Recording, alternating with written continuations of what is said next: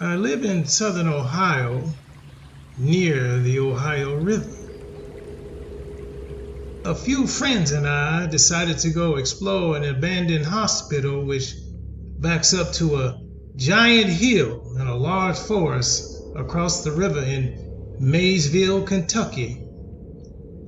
It was a local spot for dumb teenagers to go and scare each other or make out with their girlfriends. You could tell if there were other people there, since there would be cars parked near it. On this night, however, we were the only teenagers there, but the moment we got out of the car, everything felt wrong. We knew we weren't supposed to be there because the building was condemned, but it felt different though. By this time, I'd been to Hazelwood Hospital 20 times or so and was familiar with the layout. Once the three of us had gotten inside, we were there about 45 minutes before we split up to tag some different places and explore. I went to go take pictures of the morgue in the basement and to see if I could photograph any orbs or anything really cool. I'd been in the morgue for about 10 minutes when I smelled the foulest odor I've ever smelled. It was rot. I don't know what it was that was rotten. I imagine it was a large dog or a coyote, but all I could make out was it was about 40 pounds of rotten meat. So I just started to look at the meat chunk when I heard the slam of a steel door and what sounded like running through puddles of water.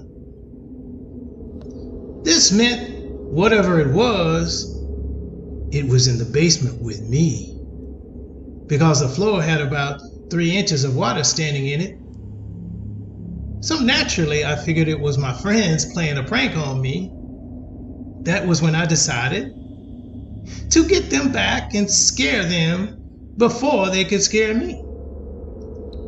Now, the way the morgue was set up, you could actually climb on top of the coolers they used to store the bodies in. So I hopped up there and lay in wait to scare the mess out of my friends. I had been there no more than a minute when I heard screaming. Now, I've known my friends my entire life, which at this point had been 19 years, but I had never heard screaming like this. Then the screaming stopped, and I heard hard footsteps running above me in what I can best describe as pounding. Now, I'd be lying if I said I wasn't freaking out a little, because this wasn't like my friends. It was usually hide behind a corner and jump out and go, gotcha. But this was different. This was dread I was starting to feel.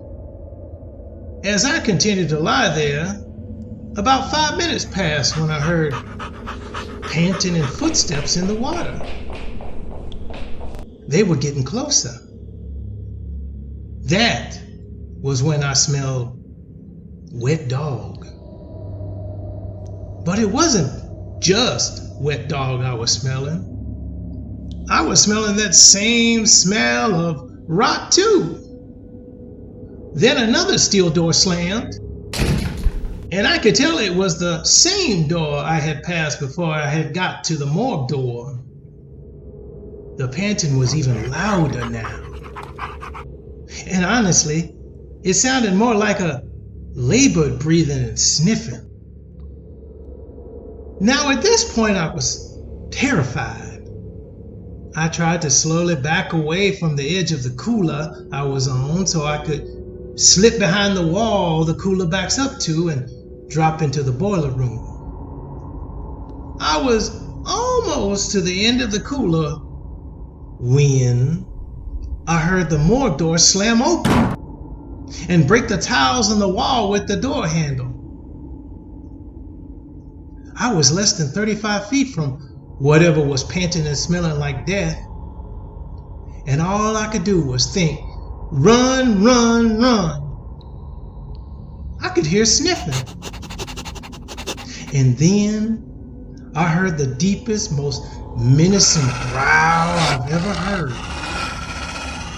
The movies and shows don't do justice to just how deep and rough a growl of this size sounds. It was sniffing me out. It was actually smelling where I had been. I dropped down behind the wall in the boiler room. I thanked God the door that connected the morgue was blocked with old gurneys and a locker on its side, which I thought would stop this thing from getting in. But I was wrong. So very wrong. I hadn't been in the boiler room 30 seconds before I heard the pounding and scratching on the steel door. It sounded like Freddy Krueger was trying to carve his way through the steel door. Then I heard the sound that still haunts me to this day. It howled, and I mean it bellowed a howl so loud I had to cover my ears. Now on the other side of the boiler room was the access to the generator and the dock doors that trucks used to unload things near the hillside that led to the woods. When I reached the other side of the room, I could hear this thing slamming into the door and knocking the lockers away and the gurneys. I opened the door to the dock room, and when I looked back, I saw the arm of this creature sticking through the opening it had made, and it was like a horror movie. It was a gray and brown mass of fur. It looked like a human arm, but it wasn't, because the hand was all wrong. The hand had 5 digits, but the claws would have made a bear run in fear. I slammed the door behind me and ran for the dock doors, but the dock doors wouldn't budge. And I could hear the gurneys overturning and the lockers overturning and the lockers sliding on the floor. It was getting through, and the only thing between me and it was a single door. I ran to one of the windows by the dock doors and proceeded to bust it open, which mangled my hand from the glass. Then, as I was pulling myself through the window, I heard the door get slammed into, and one of the hinges completely flew off the door and hit the wall. I tumbled out of the window and hit the cold, wet ground. Then I stood up and saw it in the doorway. Now I'm 6'4", 250 pounds. Not little by any means. And this thing took up the entire doorway. An 8-foot tall, 3-foot wide door. It was covered head to toe in gray fur. It had a very narrow snout, almost like a Doberman pinscher, and its ears were just barely visible because of the doorway. But I could tell they were pointing up just like a dog. I couldn't believe what I was seeing. I was completely paralyzed. This thing was staring right into my soul. Then it snarled, and that woke me from my disbelief of what I was seeing. I turned and ran.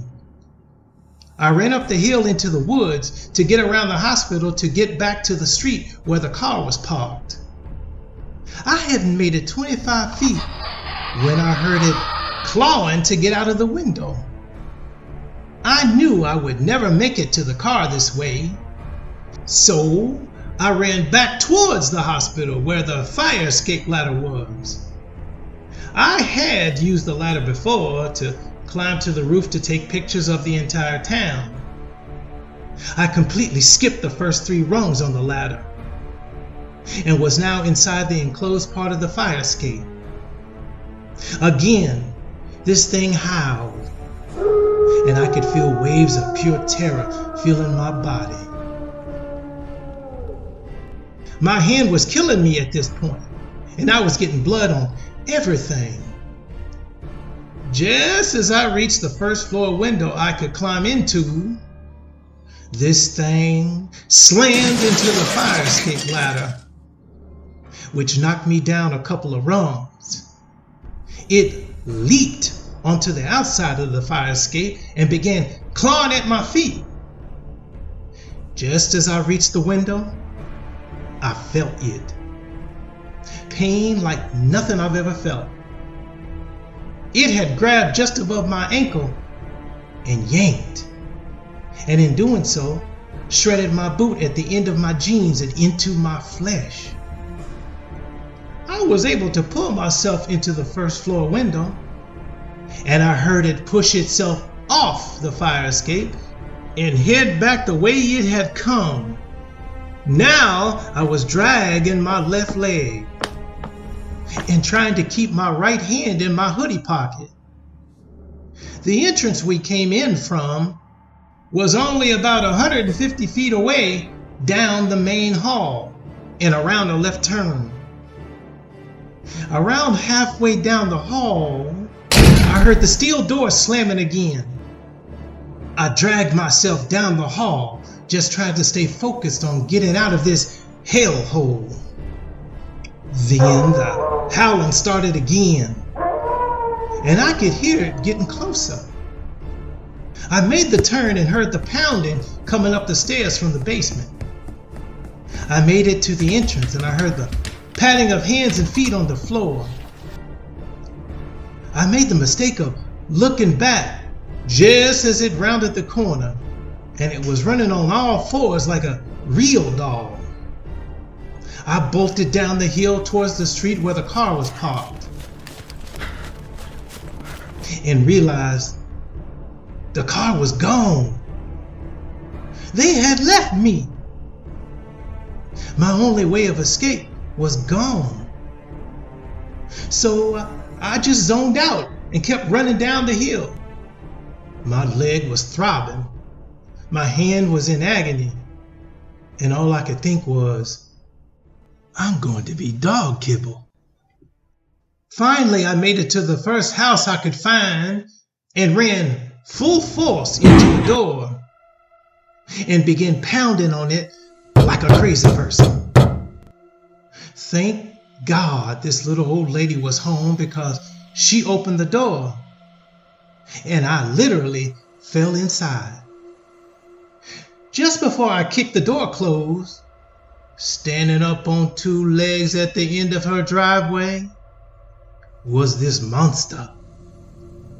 I broke down into tears. I didn't know what to do. Luckily, the old lady had called the cops because a crazy person who was bleeding everywhere just fell into her home. When the cops got there and asked me what had happened, I told them the same thing I've said here. Of course, they didn't believe me and thought I was on drugs. The EMTs took me to the hospital.